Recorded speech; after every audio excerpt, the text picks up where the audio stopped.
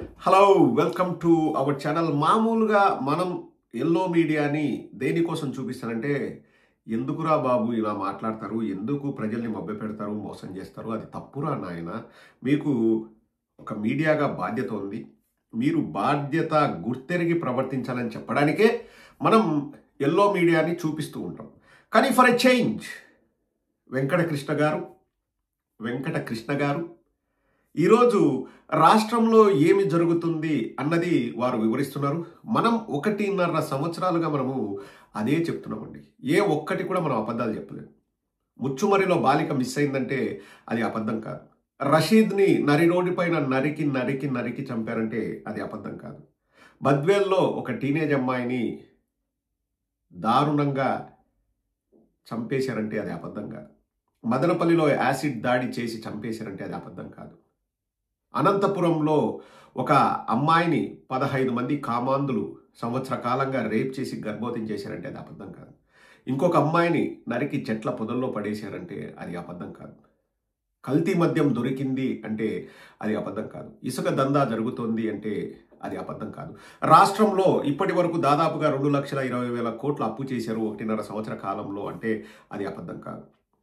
లోటు బడ్జెట్ ఉంది, ఆల్రెడీ వాళ్ళు ఒక అంచనా వేసి ఆ అంచనాకు తగిన విధంగా ఆదాయం రాదు, మనం ఒక 40,000 కోట్లు 50,000 కోట్లు ఈ వార్షిక సంవత్సరంలో అప్పు చేయాలని ప్రభుత్వము బడ్జెట్ ప్రవేశపెట్టినప్పుడే నిర్ణయిస్తే ఆ 40,000 కోట్లు 50,000 కోట్లను మించి 6 నెలల కాలంలోనే ఈ ప్రభుత్వం అప్పు చేసింది. అప్పు పుట్టని పరిస్థితి.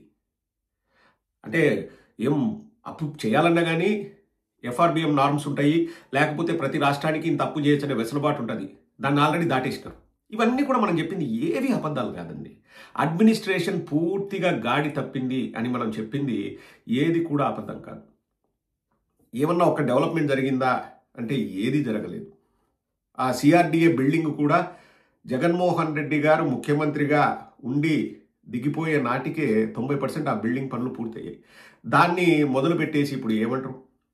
సిఆర్డిఏ బిల్డింగ్ చంద్రబాబు నాయుడు సంవత్సరం కాలంలో ఆగమేఘాల మీద కట్టారు అంటారు. ఎలక్షన్స్ ముందు ఎంతవరకు ఆ బిల్డింగ్ వచ్చింది, ఇప్పుడు ఎంతవరకు ఆ బిల్డింగ్ పనులు జరిగాయన్నది ఫొటోస్తో సహా ఉన్నాయి. అవి కూడా మనం చెప్పింది అబద్ధం కాదండి. ఏది కూడా మనం మాట్లాడింది ఒక్కటంటే ఒకటి కూడా అబద్ధం కాదు.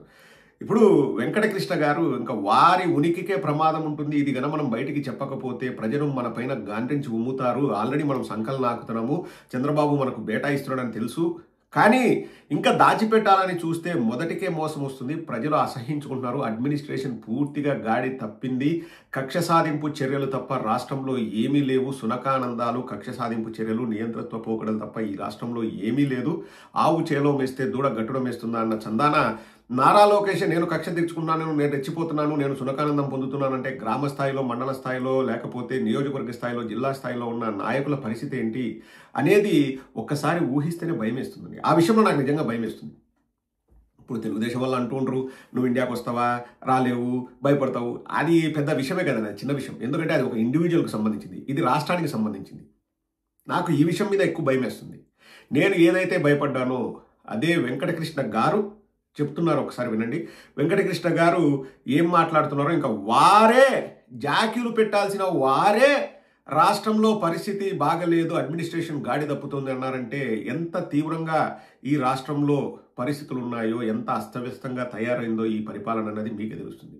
నేను చెప్పే మాటలు కాదండి, వెంకటకృష్ణ గారు చెప్తున్నారు, ఒక్కసారి వినండి. గమనించాల్సిన విషయం ఏంటంటే 2024 జూన్ నుంచి 2025 మే వరకు అన్ఫార్చునేట్లీ ఐఎమ్ సేయింగ్ దిస్ 1219 అత్యాచారాలు జరిగాయి.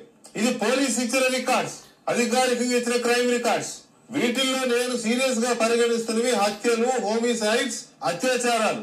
ఎందుకు ఈ రకంగా తయారవుతోంది? గంజాయి, ఎందుకు గంజాయిని కంట్రోల్ చేయలేకపోతున్నారు? ప్రభుత్వం 1.5 years అయింది. హత్యలు నెల్లూరు జిల్లాలో ఈ రకమైన హత్యాకాండ ఇంత ముందు ఎప్పుడు చూడలా.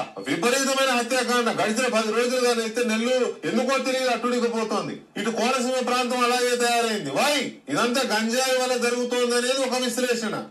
ఎంత భయంకరంగా తయారైందంటే పరిస్థితి, ఒకవైపు చంద్రబాబు నాయుడు గారు, ఇంకోవైపు లోకేష్ గారు గంజాయి బ్యాచ్లు స్వైర విహారం చేస్తా ఉన్నాయి ఆంధ్రప్రదేశ్ లో చాలా ప్రాంతాల్లో. దీన్ని కంట్రోల్ చేయలేకపోతున్నారు. ఎందుకు అనేది నాకు అర్థం కావట్లా. విశాఖ, నెల్లూరు, తిరుపతిలో ఈ గంజాయి కేసులు ఎక్కువగా వస్తా ఉన్నాయి. మరో పక్క పెరిగిన ఆర్థిక నేరాలు, సైబర్ నేరాలు, గృహహింస కేసులు. మహిళలు, యువతులకు, బాలికలకు వేధింపులు ఎక్కువైనాయి. ఇవి నేను చెప్తున్నా కాదండి, ప్రభుత్వం అధికారికంగా మొన్న జూన్ వరకు ఇచ్చిన అఫీషియల్ రికార్డ్స్ ఆధారంగా చెప్తున్నా నేను. హత్యలైతే ఇక విపరీతంగా ఉన్నాయి, ఎందుకో తెలియదు. ఎంత సిగ్గుచేటండి ఇది. ఒకసారి డాటా చూస్తే ఇక్కడ గమనించాల్సిన విషయం ఏంటంటే 2024 జూన్ నుంచి 2025 మే వరకు అన్ఫార్చునేట్లీ ఐఎమ్ సేయింగ్ దిస్ 1219 అత్యాచారాలు జరిగాయి. ఇది పోలీస్ ఇచ్చిన రికార్డ్స్, అధికారికంగా ఇచ్చిన క్రైమ్ రికార్డ్స్. 1219 అత్యాచారాలు జరిగాయంట. పోలీసుల రికార్డు ప్రకారం నేను మాట్లాడుతున్నాను. గంజాయి బ్యాచ్ స్వైర విహారం చేస్తుంది. కల్తీ మద్యం రాష్ట్రాన్ని అతలాకుతలం చేస్తుంది. శాండు మాఫియా రాష్ట్రాన్ని, సహజ సంపదను, సహజ వనరులను ఊడ్చిపడేస్తున్నాయి. 1219 అత్యాచారాలంటండి. ఇంకా హత్యలు, దొమ్మిలు, దోపిడీలు అవి కాకుండా వీటికి అదనంగా వైఎస్ఆర్ కాంగ్రెస్ పార్టీ కార్యకర్తలపైన 1250 సోషల్ మీడియా కేసులు పెట్టామని చెప్పేసి స్వయంగా అసెంబ్లీ సాక్షిగా వంగల్పూడి అనిత గారు చెప్పారు. అంటే ఏ రేంజ్లో ఉందో చూడండి. ఇక్కడ ఒక్కటే అండి, నేను ఏది జోక్గా చెప్పట్లేదు, నాకేం వ్యక్తిగత కక్ష లేదు, నాకు నారా లోకేష్ మీద కోపము లేదు. రాజకీయంగా మనం మాట్లాడతాం, విమర్శలు ప్రతి విమర్శలు చేస్తాం. కానీ ఎప్పుడైతే పరిపాలించేవాడు, అత్యున్నత పదవిలో ఉన్నవాళ్ళు మీరు 11 కేసులు పెట్టుకొని నా దగ్గరికి రండి, నేను మీకు పదవులు ఇస్తాను అని రెచ్చగొడతారో, ఏదో కేసు పైన నా తల్లిని దూషించాడు, నేను కక్ష తీర్చుకుంటున్నాను, అది కూడా తల్లిని దూషించిన విషయం పైన నేను కేసు పెట్టట్లేదు, వేరే విషయాలపైన నేను కేసు పెట్టి అతని నల్ల జుట్టు తెల్ల జుట్టు అయ్యేలాగా చేస్తున్నాను, ఒకతనికి గుందుపోతు వచ్చింది, ఒకతను బాత్రూంలో కాలు జారిపడ్డాడు, వాళ్ళందరూ కూడా నన్ను చూసి భయపడుతున్నారు. భయపడడానికి మనదేమన్నా నియంతృత్వ దేశమా అండి? ప్రజాస్వామ్యంలో భయానికి తావు ఉంటుందా? నారా లోకేష్ను చూసి ఎందుకు భయపడాలండి? నేనైతే రోడ్డు పైన వెళ్ళే పిచ్చి పట్టిన గజ్జి కుక్కను చూసి నేను భయపడతాను. ఎందుకంటే దానికి విచక్షణ తెలియదు. అది పిచ్చి పట్టిన గజ్జి కుక్క, అది వచ్చేసి నన్ను కరుస్తే నాకు ఆరోగ్యం పాడవుతుంది, నేను చనిపోతానేమో అని చెప్పేసి నేను భయపడతాను. ఇప్పుడు నేను నారా లోకేష్ను చూసి ఎందుకు భయపడాలి అండి? ప్రజాస్వామ్యంలో ఒక ప్రజాస్వామ్య పదవిలో ప్రజలిచ్చిన పదవిని అనుభవిస్తున్న నారా లోకేష్ను చూసి నేను ఎందుకు భయపడాలి? మీరే కింద కామెంట్ సెక్షన్లో పెట్టండి. నేను కానీ ఇంకొకరు కానీ నారా లోకేష్ను చూసి ఎందుకు భయపడాలి? మళ్ళీ చెప్తున్నాను, ఒక అసాంఘిక శక్తిని చూసి మనం భయపడతాం, లేకపోతే ఒక ఉగ్రవాదిని చూసి భయపడతాం, ఒక తీవ్రవాదిని చూసి భయపడతాం, ఒక పిచ్చి పట్టిన గజ్జి కుక్కను చూసి భయపడతాం. నారా లోకేష్ ఏ కోవలోకి వెళ్తాడు? ఎందుకు నారా లోకేష్ని చూసి భయపడాలి? నన్ను చూసి భయపడుతున్నారు, గుందుపోతు వచ్చింది, బాత్రూంలో కాలు జారి పడ్డారు, అర్థమవుతుందా రాజా? నేను మా అమ్మని తిట్టారని చెప్పేసి దానిపైన కేసు పెట్టకుండా వేరే ఏవో కేసులు పెట్టి అతని నల్ల జుట్టు తెల్ల జుట్టు అయ్యేలాగా అతని జైలు జీవితాన్ని నేను పొడిగించాను, అర్థమవుతుందా రాజా? నా తడాక చూపిస్తాను రాజా, నేను అధికారంలో ఉన్నాను రాజా, ప్రజలు నాకు అధికారం ఇచ్చినారు రాజా అని చెప్పేసి పాలకులే బయటికి వచ్చేసి నిస్సిగ్గుగా మాట్లాడుతుంటే ఇంకా పరిపాలన అన్నది ఎక్కడ ఉంటుందండి? ఒక్కసారి విఘ్నులైన ఆంధ్ర రాష్ట్ర ప్రజల్నే ఆలోచించమని నేను కోరుతున్నాను. అసలు ఇంకా వేరే ఏ దేశంలో అయినా నారా లోకేష్ ఆ మాట అన్న తర్వాత ఒక్క నిమిషము కూడా అతను అధికారంలో కొనసాగే అర్హత కోల్పోయేవాడు. మన ఆంధ్ర రాష్ట్రంలో కాబట్టి అతను ఇంకా మంత్రిగా కొనసాగుతున్నాడు.